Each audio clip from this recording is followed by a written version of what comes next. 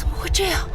韩师兄，适才布置阵法时，这池水我还检查过，明明是正常的。此一时彼一时，若这猛毒是后来所下，便说得通了。难道是有人刻意要害简道友？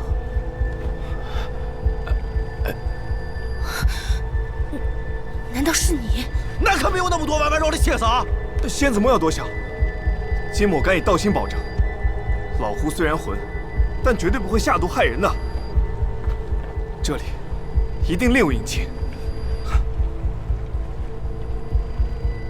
此事与诸位道友无关，罪魁祸首多半还在池水里。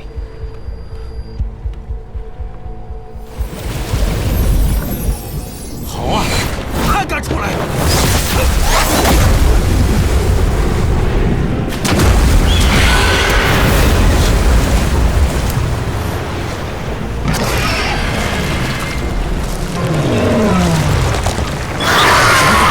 ！6阶妖兽。